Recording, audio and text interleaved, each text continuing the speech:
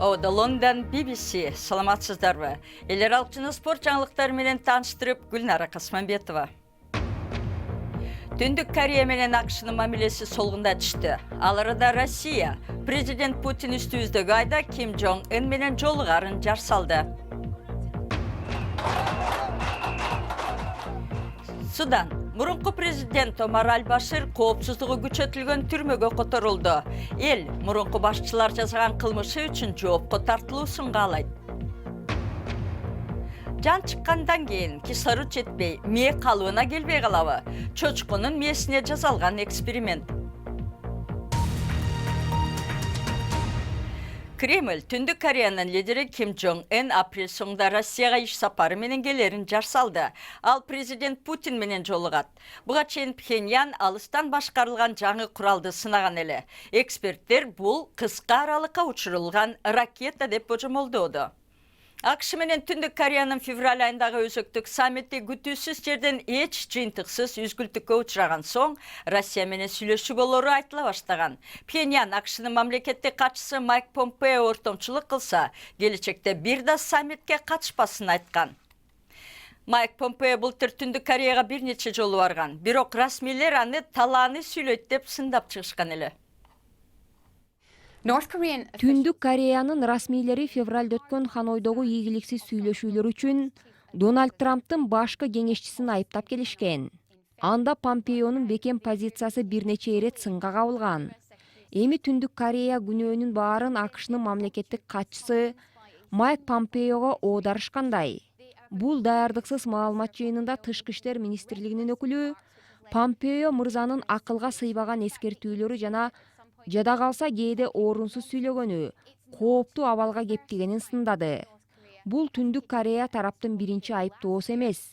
Өткөн жылы Кошмо Штаттардын мамлекеттик катчысы Пхеньяндан кеткенден кийин анын ишке ашкыс талаптарынын айынан АКШ Түндүк Корея сүйлөшүүлөрү бир нече айга токтоп калган болчу. Түндүк Корея тактикалык куралын ийгиликтүү сынактан өткөргөнү тууралуу жана башка эл аралык жаңылыктарды уюлдук телефон аркылуу интернетибизден окуңуз. Интернет сайтыбыздын дареги bbc.check.com/кыргыз. Бийликтен сүрүлгөн Суданын мурунку президенти Омар Аль-Башир коопсуздугу күчөтүлгөн түрмөгө которулду. Бул тууралуу анын үй бүлөсү билдирди.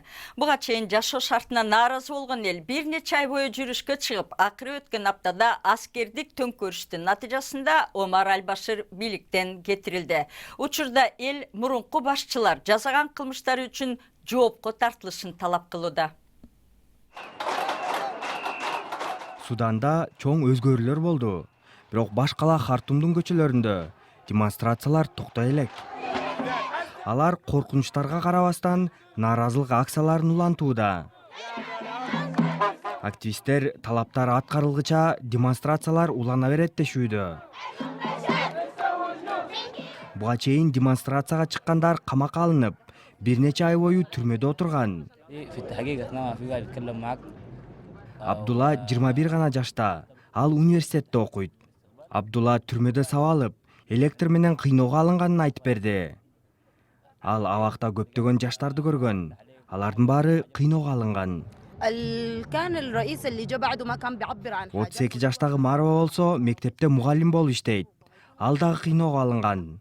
Армия күнөөлүүлөр жоопко тартылат деген убада бергенине карабастан, демонстранттардын мурдагы лидерлер жоопко тартылсын деген талабы аткарылбай келет. Армиянын айрым офицерлери демонстрацияга кошулуп, активисттерди коргоп калган. Судандын армиясында дагы ажырым байкалууда. Нааразылык акциялар нандын жана башка азык-түлүктүн баасы кескин көтөрүлгөндө башталган. Ошондой эле демонстранттар 30 жылдан бери өлкөнү башкарган Суданын лидеринин кызматтан кетүүсүн талап кылышкан. Хартумдун бир нече аймагында демонстрациялар болуп, жолдор бөгөлүп жатканына карабастан турмуш уланып жатат. Айрымдар нааразылык акциялар узакка созулганына кабатыр болушууда. Төңкөрүш болуп, өлкөнүн лидерлери алмашты. Ага карабастан Хартумда миңдегендер демонстрациясын улантууда. Алар армиянын генералдарына ишенбейт. Активисттер эски лидерлер бири-бирине бийликти өткөрүп жатат деген пикирде. Демонстранттар чыныгы өзгөрүү болмоюнча нааразылык акциялар уланат деп айтышууда. Siz görüp жатқан BBC emegündün başka kavarlarının tismegi. Amerikanın generaldık prokuroru 2016 жылғы президенттік шайлоғы Россия кийлигишкенин иликтеген тергөөгө Президент Трамп тоскоол кылган боюнча жетиштүү далил жок экенин айтты. Миллердин билдириши жарыкка чыгарга чейин бул маселе боюнча пикирин билдирген прокурор, президент анын бийлигин алсыздатат деген ишенимде бул тергөөгө катуу ачууланганын айтты. Türkiye, İstanbul'un жаңы мэри Ekrem İmamoğlu öz kızmatına girişti. Buga чейин шайлоо комиссиясы аны бийликтеги ак партиясынын талапкерин утканын ырастаган. İmamoğlu миңдеген колдоочуларына кайрылып, анын жеңиши 16 миллион калкы бар шаар үчүн жаңы жышаан болгонун айтты. Оппозиция үчүн мэрлик кызматка жеттүү маанилүү жеңиш болду. Анткени 16 жылдан бери шайлоолордо Режеп Тайып Эрдогандын партиясы утуп келген. Чукул кырдаалдар үчүн каражат таппай калган Индиянын Jet Airways аба жолдору ишмердүүлүгүн убактылуу токтотту. Jet Airways компаниясы күйүүчү май жана башка жарандык кызматтар үчүн төлөй албай калгандыктан рейстерин токтотуудан башка аргасы калбаганын айтты. Бирок ири карызга батып, бир нече апта бою инвесторлор менен сүйлөшүп келген компания учактары бир күнү кайра асманга көтөрүлөрүнөн үмүтүн үзгөн жок.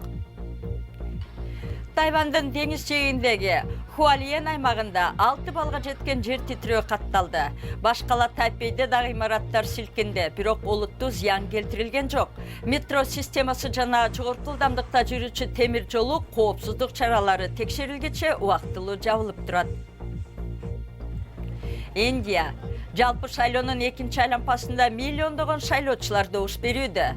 14-жылы дээрлик көпчүлүк добуш менен бийликке келген премьер-министр Нарендра Моди жана Бхаратия Жаната партиясы экинчи мөөнөткө шайлансак дейт. Алардын негизги атаандашы оппозициячыл Конгресс партиясы. Шайлоодогу негизги маселе бул жумушсуздук. Кыргызстанда август айына чейин бардык колдо багылган алгыр куштардын ээлери аларга паспорт алууга милдеттүү. Тиешелүү документи жок болуп калган учурда 100 миңден 250 миң сомго чейин айып салуу каралган. Канат Жолочиев баяндайт. Жаңы тартип куштарды мыйзамсыз аракеттерден коргоого багытталган. Буга чейин куштарды мыйзамсыз кармап пайдаланып келген учурлар көп болгон. Айрым учурларда кушту бакканды билгени, билбегени деле акча табуу максатында пайдаланып кордоп келген. Айлана чөйрөнү коргоо боюнча мамлекеттик агенттик алгыр куштарга идентификациялык карталарды берүү менен элдеги жапайы куштардын санын аныктагысы келет. Азыркы учурга чейин кушчулар куштарды кармап, алардын же бир документи жок болчу. Ошол себептен алардын именно жанагы эрежелерин кандай багып, кандай алардын ыкмалары бар, мергенчиликке кандай чыгыш керек куштар менен. Ошон үчүн атайын биз идентификациялык карта, паспорт иштеп чыкканбыз. Мурда алгыр куштарды пайдаланууда эреже бузулган учурда 1000 сомдун тегерегинде гана айып пул каралган. Эми жаңы мыйзамга ылайык куш кармоонун эрежеси бузулса, бүркүт үчүн 100 миң сом, ителги үчүн 250 миң сом айып каралган. Андан сырткары куш конфискация кылынып, жаратылышка кое берилет. Мисалы көлдөгү фотографтор баарыбыз билебиз, эс алганда. Бүт пляждарда, пансионатта көтөрүп жүрөт балдар. Алар мисалы бүт ири тумуштарды ителги эмес, ителги деле жок аякта.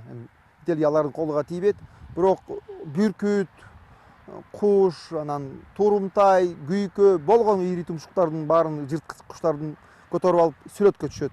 Аларды уяларынан алат, же тор менен кармайбы, анан алардын акыбалы оор куштардын. Сезон бүткөндөн, а бул кушуң байкуш уядан алынган бир неме же өзү эчтеке ала албайт, тырнактары да жок, канат куйругу жок, уча албайт, өлүп калат. Алгыр куштарды мындан ары мергенчилик күбөлүгү бар адамдар гана күтө алат. Жөнөкөй жарандарга, куш таптаганды билбегендерге куш кармоого жана документтери жок куштарды алып жүрүүгө тыюу салынат. Эми менин айрым милдеттерин айыктырууга жол берген эң соңку изилдөөлөр тууралуу айтып берейин. Окумуштуулар союлгандан 4 сааттан кийин өзүнчө бөлүп алган чочконун мээсинин айрым бөлүктөрүн калыбына келтирүүгө жетишти. Йел университетинин бул изилдөөсү тирүүлүк жана аң сезим деген эмне? Ушул сыяктуу этика маселесин көтөрүп чыгышы мүмкүн. Мээ денедеги эң татаал орган. Кан айлануу токтогондо ал бир канча мөөнөттүн ичинде биротоло өлөт деп ойлошкон. Эми Nature деп аталган журналда маанилүү изилдөө жарыяланып, ал көз карашка күмөн жаратууда. Ел медицина мектебинин окумуштуулары фермада багылган чочконун мээсин изилдешкен. Ал үчүн касапканадан жалпысы болуп 33 мээ чогултулган. Жаныбар өлгөндөн 4 саат өткөндөн кийин органдарды атайын идиштерге салышкан. Дене табы менен синтетикалык кан 6 саат бою айланып турган. Таң калыштуусу, чочконун өлгөнүнө бир канча саат өткөнүнө карабай, мээдеги клеткалар өз функциясын аткара баштаган. Нейрондорду байланыштырган бөлүк активдүү болуп, мээдеги айрым байланыштыруучу каражаттар иштей баштаган. Мээ энергияны жана кычкылтекти иштетип кан айлануу калыбына келген. Тасмада жарым-жартылай жанданган айрым органдардын кан тамырларын көрүүгө болот. Бул нейрондор өзүнчө тирүү каларын көрсөтөт. Бирок организмге толук жан киргизе албайт. Бул мээ жансыз болгону менен анын клеткалары тирүү. Мээни электроэнцефалограммада изилдешкенде толук активдүүлүк байкалган эмес. Эгер кандайдыр бир аң сезимдин белгилери байкалса, изилдөөчүлөр органга зыян тийгизбей муздатып коюуга даяр эле. Бирок андай болбоду. Мээ жансыз болчу. Эгерде бул технологиянын жардамы менен клеткаларга өзүнчө жан киргизе алсак да, адамды кайра тирилте албайбыз. Биз ойлогондой, ал мээни толук калыбына келтире албайт. Этикалык жактан алып карасак, мээнин өчүшү бул андагы адамдын өздүгү, ойлору, эс тутуму биротоло жок болду дегенди билдирет. Анда мындай изилдөөнүн кереги эмне? Биринчиден, муну менен окумуштуулар мээнин кайсыл бир бөлүгүнө сокку болгонун же Альцгеймер илдетине чалдыкканын изилдей алышат. Келечекте мындай ыкма менен мээнин жабыркаган бөлүгүн калыбына келтирүү мүмкүн. Ошондой болсо да, өчкөн мээ кайра калыбына келбейт. Адам өлгөндөн кийин анын мээси тирүү бойдон калат деген ой жомок бойдон кала берүүдө. Жаңылыктар соңунда көп жылдар бою дүйнөдөгү эң семиз тотту куш папугай жоголуп кетүү коркунучуна кептелген. Бирок быйыл абдан сейрек учураган какапо тоттусу болуп көрбөгөндөй көп балапандуу болду. Жаңы Зеландияны байырлап, асманга эч көтөрүлбөгөн куштун дүйнөдө 147 эле калып, жоголуу коркунучуна кептелген. Бирок аларды сактап калуу боюнча долбоор ишке ашып, азыр 76 балапан пайда болду. Бул соңку сезонго салыштырмалуу 2 эсеге көп. Балапандардын канаты бек болсун. Сиздер менен Гүлнара Касманбетова болду. Саламатта калыңыздар.